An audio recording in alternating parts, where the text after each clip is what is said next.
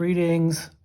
This is my book, The Most Beautiful House in the Kingdom, and this is my friend Unny. Unny's been with me now for a good year, if not a little bit more. He and I have just been working together to put together this book here, and I want to spend a little time just going over how to make his hat here. It's become something that I tried to do a little bit here as far as some character into him, and also some of the other hats that are in the book here too, to be able to provide a pattern for those. So I'm just going to quickly cover how to make his hat. And I've already cut out a couple templates for it too, and also to show you that little bit of character that I put into there that you can put into a hat too. And it doesn't have to even be a hat styled like this. If you're doing any type of felt hat, you could add some character too. So I have a simple pattern, and it's actually 2 pieces to cut out to sew together. And I use my blanket stitch on that. And what I do in order to do that, about a year ago I was working on, and I love to do different things with the hats and build character. And we're always adding embellishments to the outside of the hat. And I said, well, what if we did something from the inside? And that's where I came up with the idea. And if you look at some of my older gnomes, you'll see that some of them do have different designs in them. So what I did was I took my hat and I cut out designs. And here for Unny, he's got a heart. So I'm just folding that over and I make a heart. Now you can make a heart pattern. You can make it, little stars. You can make a squiggle, however you want to make it. Some of my older ones, I did several cutouts in them.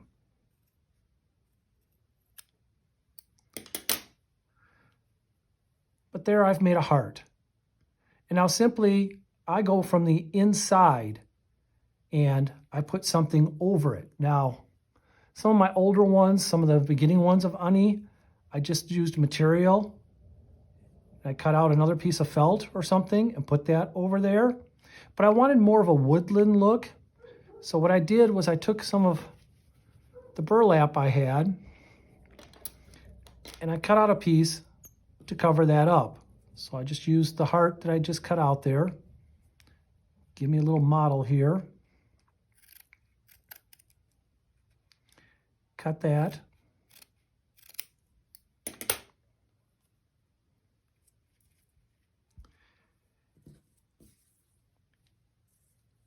Covered up the space there.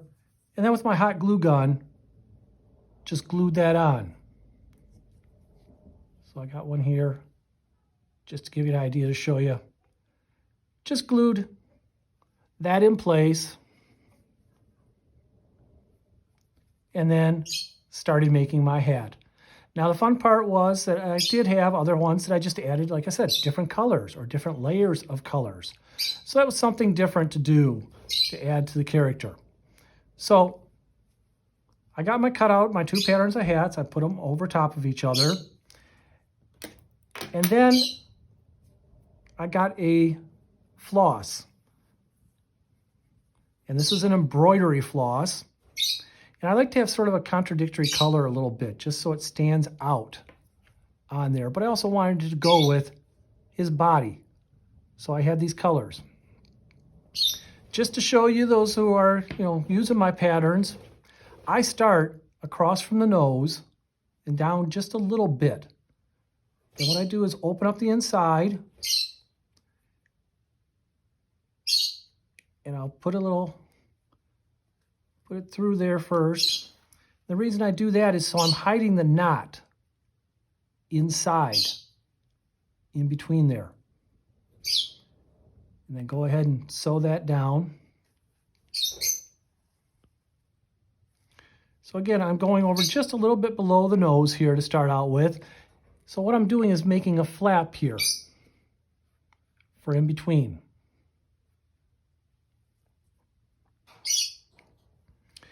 And this is where I do my blanket stitch.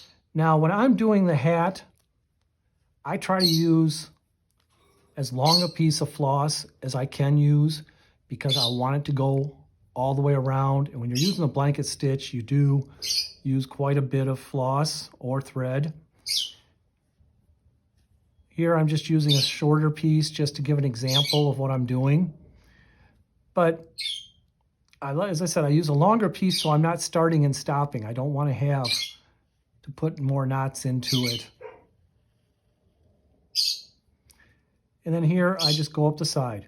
So with the blanket stitch, I'm poking through. Now the needle is a little thicker needle type of needle too because of the embroidery floss.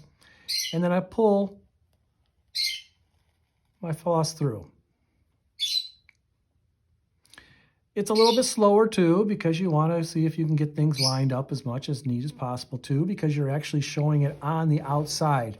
You're not doing something where you're flipping it inside out. So I'm going to sew right up to around the corner here, around the edges over here.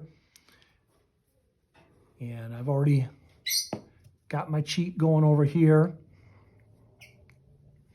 So I've come up along here. I've come around here. Now here's the trick.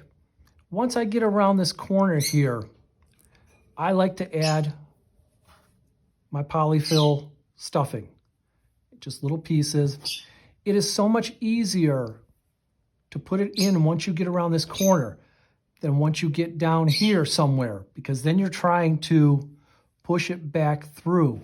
So here's the trick, is just starting out with a little piece, and I can use something just to stamp it on through. I'm just going to use my scissors here. But it's a lot easier once you've rounded here to go ahead and start stuffing it than trying to wait till later. And I know some people who have sent me messages in the past and said they've had a hard time stuffing something because they can't get up into it. So it's best to do it while you're actually making your stitching.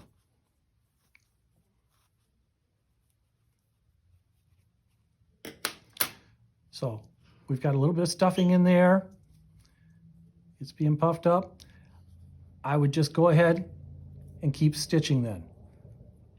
Let's see if I can get my needle threaded here.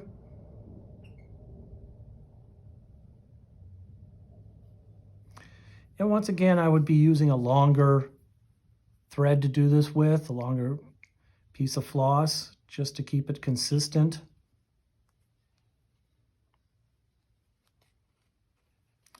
But what I'm going to do is I'm going to go probably about almost another inch, and then add more stuffing to it again. So once I get that going around here, add some more stuffing just to make it a lot easier. And it also fills it in nicer there to have that taken care of. So once I do that, I come down and I go all the way down to the nose. And we're going to pull out another one here. So I've gone around the corner, I've stuffed in here, so I got that taken care of. And I go down to the nose. Here I've been going together, putting the pieces together, but now I want to separate it. I want to continue around, going through here. So once again, I'm taking my needle and thread.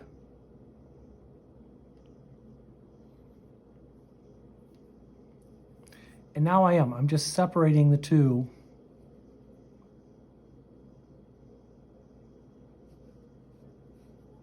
And just going through one layer, not the two layers.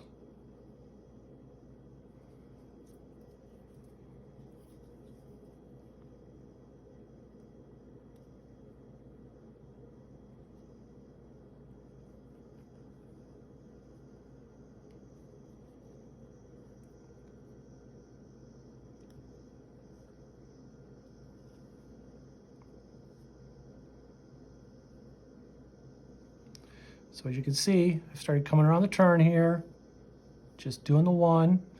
And what I'm going to do is I'm just going to follow it all the way around, come up to here, and then just follow all the way around back to my nose to get that